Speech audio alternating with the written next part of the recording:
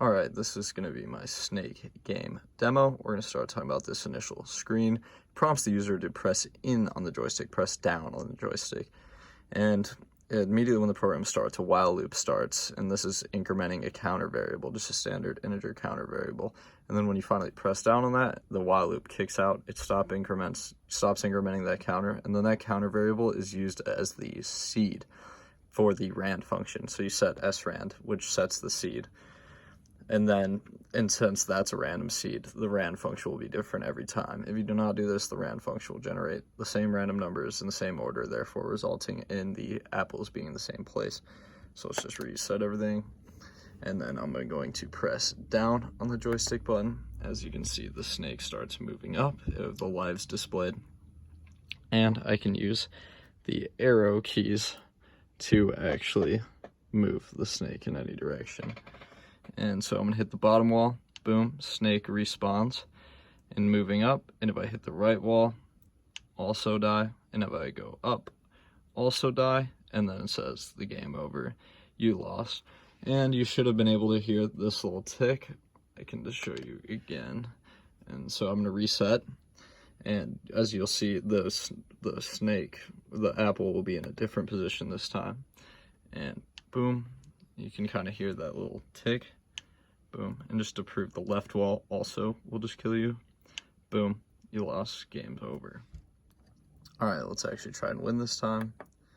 So, snakes starts, and apples randomly generated. As you can see, this lines up perfectly. And the snake grows. And then, since I just got 2 consecutive, the lives increments, and there was a different sound for when you gained a life as one before when we lost a life. Huh, that was lucky, the 2 apples spawned right ahead of me. And so we got this one, and now one more. We should win the game. And you'll see we come down because we had 6 lives. Boom, 1, game over, because 6 lives hit. At this point, I've shown that the apple was always generated at a different position. Every time you reset it, boom, reset, hit the joystick, that's another different position. I've shown that the snake can only travel within the proper grid of the screen, and this is that spare 8 pixels you said to leave off. And so I'm going perfectly slides in, everything like that. I can go around the whole perimeter without losing any lives.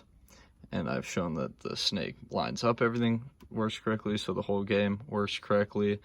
The 2 different sounds happen. The only thing on the rubric I cannot show is that 3 grenades are displayed at any time. That's because I think that was left on there from the last assignment. But everything else I have shown. The only thing I need to show left now is the code that shows timer 0 is correctly working to update the snake's position.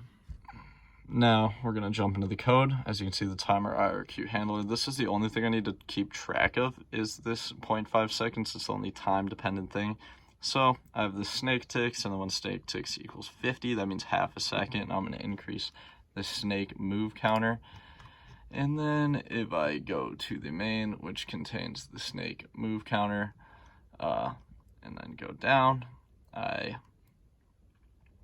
then can show you that I init timer 0 with 10 as the parameter, and then I go down here, and then if you look, this if snake move counter previous does not equal snake move counter, and that means the 0.5 seconds has passed. Then I handle drawing the snake, and everything related to that is within that if statement. There you go.